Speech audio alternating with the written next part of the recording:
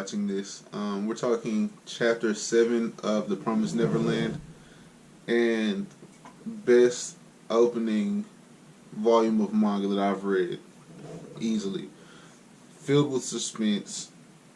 Every chapter was not only a great setup for what's to come, but was great in the moment.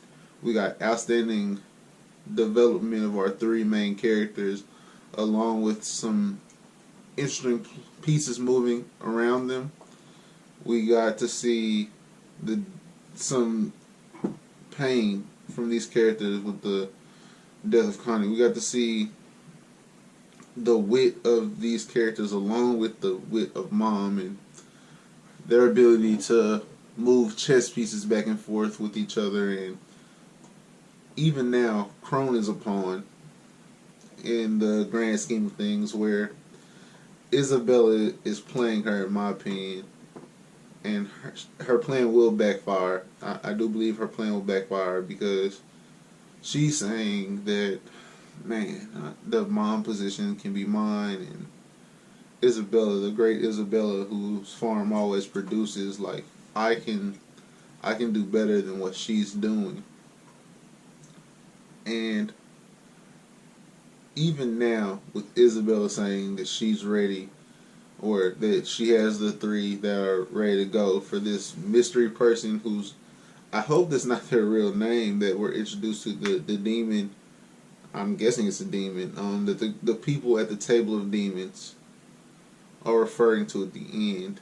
The meal for that person, which would have been Ray, Norma, and Emma.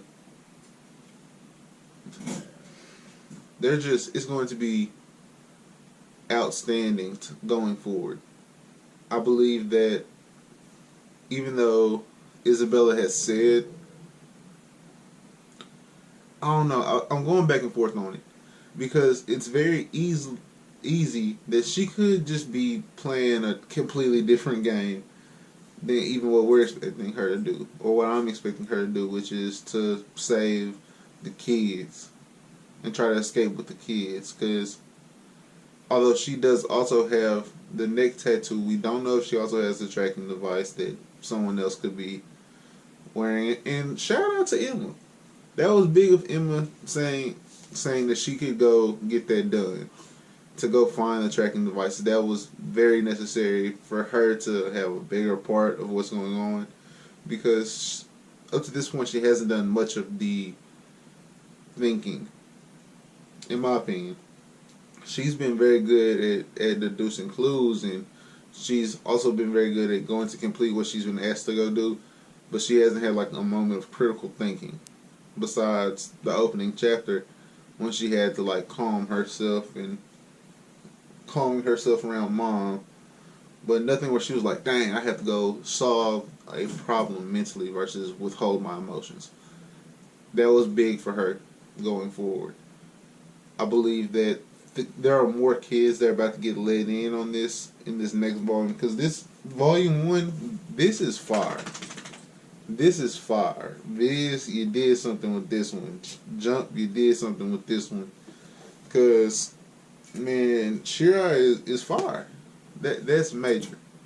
And for us going forward as readers, the biggest thing I'm looking for is more explanation on the demons, for sure. I'm looking for the subplots to go on inside the house, where more kids are let in on what's going on in the escape plan, and how Crone and Isabella's relationship will move going forward, and how Crone is trying to backstab Isabella, and what is Isabella's true motive going to be. The suspense in this series is what's setting it apart for me, especially with the other two series that I'm reading, because all three of these are relatively newer series compared to like a lot of the stuff that I've watched as anime goes. Like, as far as anime goes, this is newer. So the suspense here, especially straight out the jump, has been as good as it gets for me.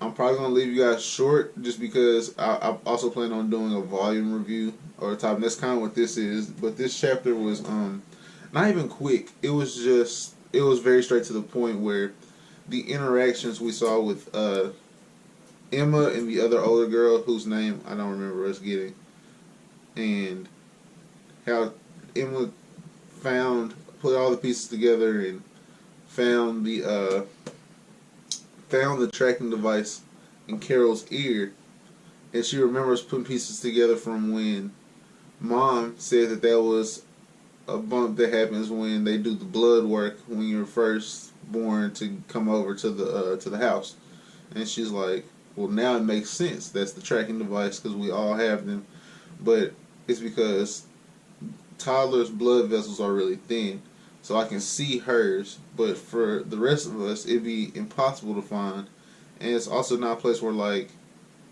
I can go see it myself.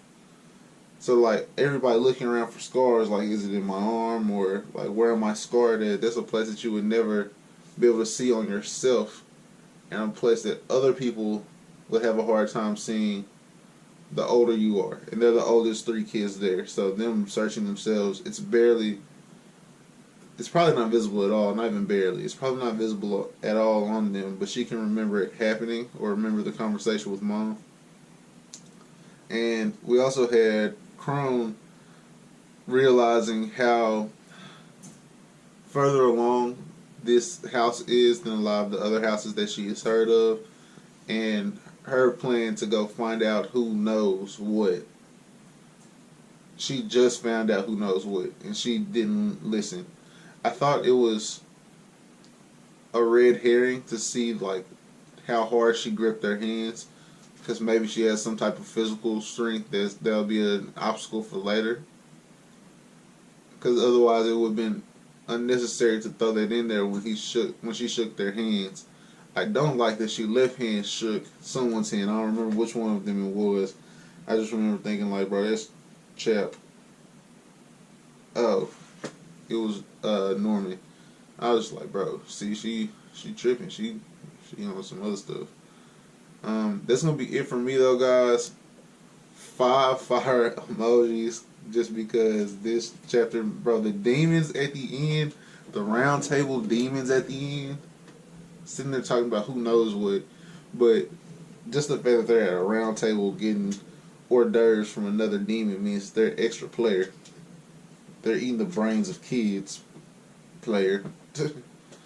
Like they're demons that have tracking devices. They're trying to conquer the world, I guess. We really don't even know what their goal is. But between the suspense and I'm also a fan of Posca Demizu. I'm not really sure how to pronounce her name's artwork because it's simplistic, but I'm getting a lot of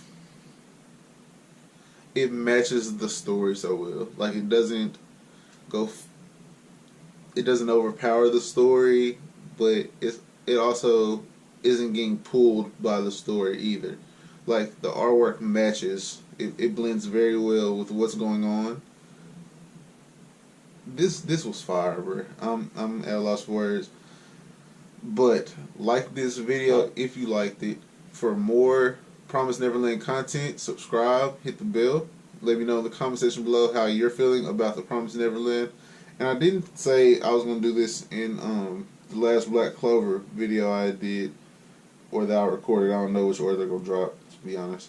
But the Promise Neverland, you have Boruto and Black Clover and My Hero Academia. What's your favorite series in the new age of shonen manga? And it could be something past those four. I know there's so much out there that's very popular right now, but like Naruto, Bleach, One Piece. One Piece is still running and still one of the greatest.